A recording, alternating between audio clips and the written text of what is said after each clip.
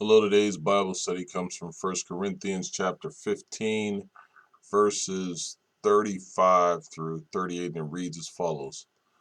But someone will ask, how are the dead raised? With what kind of body will they come? How foolish! What you sow does not come to life unless it dies. When you sow, you do not plant the body that will be, but just a seed, perhaps of wheat or of something else. But God gives it a body as he determined, and to teach each kind of seed, he gives its own body. Now, they're starting to talk about how their body is going to be in a resurrected body. Um, and the question comes up, how are the dead raised up? And,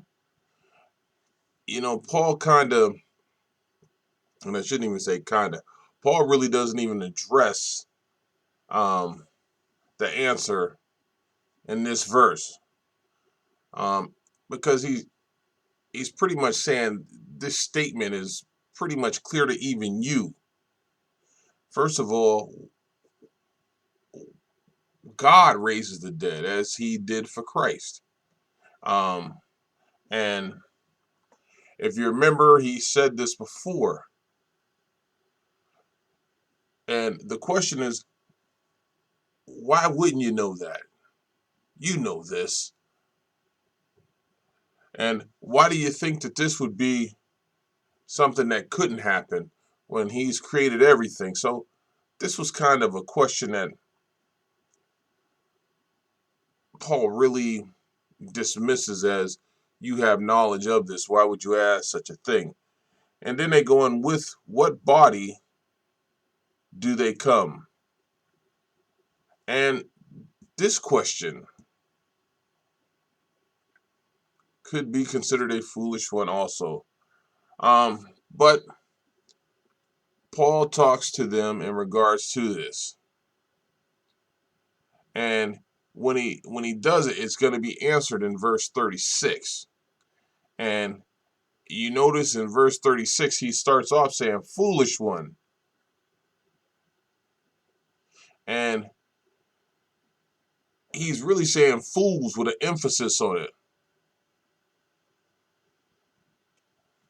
And what he's acknowledging is, hey, foolish ones, what you sow is not made alive unless it's dead.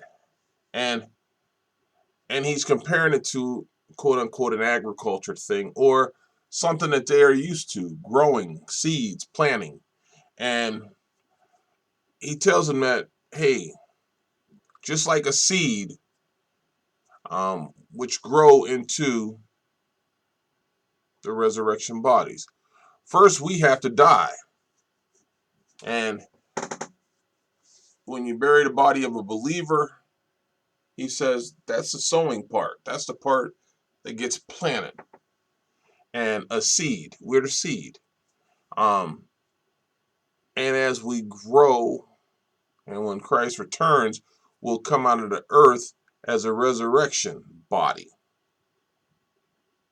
And it doesn't sound good, but that is what it is. He says, you do not sow that body that shall be. God gives it a body as he pleases, and to each seed its own body. And then he goes along and he says something along the lines of, hey, look at this. And let me go back up on the verse. Perhaps wheat or some other grain, but God gives the body as he pleases. He says, hey, there's something that's going to happen there. And when you plant a seed of wheat, you don't look for the seed to come up. No, you look for the actual wheat, just like if you plant cabbage or any other vegetable or fruit. Whatever you put in the earth is not what you expect to see come out of the earth. And as this grows, it doesn't grow into a dead body, it grows into a resurrected body. And even though he's saying, when you plant this body, it comes from us, it comes from our present bodies. Um, And don't expect us to be the same body. We're going to be improved and we're going to be spiritual. There are so many things that are going to transform us. And you can look when it tells you about, and I think I said it the other day, about um, you will go from mortal to immortal. You will no longer be in your physical body, but a spiritual body. You will be different. You will not be the same being that was here, that was planted in the earth. So look for an improvement, because even when you plant a seed, my favorite fruit, watermelon, if you plant that little black seed, the seed is just a seed until it grows. But man, when it comes out, it is a big, juicy, edible watermelon. I don't want to eat a seed, but I want to eat the watermelon because it's been improved. The seed is grown. It is improved from what it started off as. And now it is more than what it was. And the reason that it's more than what it was is because it's grown. It's been transformed. It's changed. And the resurrection body is going to grow and transform and be changed by God. And that's why Paul is telling them these things, because it seems like they were already, a little um, somewhat making fun of the thought of resurrection. They had the other beliefs of paganism and paganistic ways, but they couldn't seem to grasp the way of the Lord.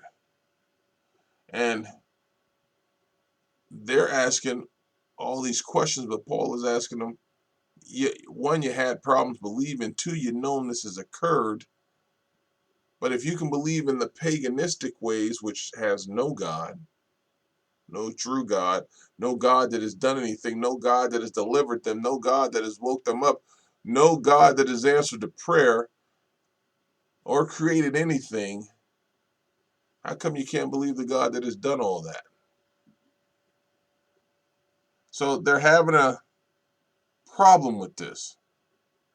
And man has to get out of the way of thinking God needs anything to create anything. See, man has been able to create or make things from what the Lord has provided. We have been able to manipulate the products of what the Lord has provided. But man has made nothing out of the air. He's made nothing out of nothing. Only the Lord can do this. And to think that he couldn't transform that body, Paul is telling this is foolish. You looking for something that you should know. And you should also know, because I'm related to you in the form of agriculture, that what you put in the ground is not what comes out of the ground. If it was, we'd all be eating wheat seeds. And Paul makes them aware of this. And there will be a change. Just like there's a change from a seed to the actual plant, there will be a change from the dead body, the seed, to the resurrected body, the fruit of the physical body. Amen.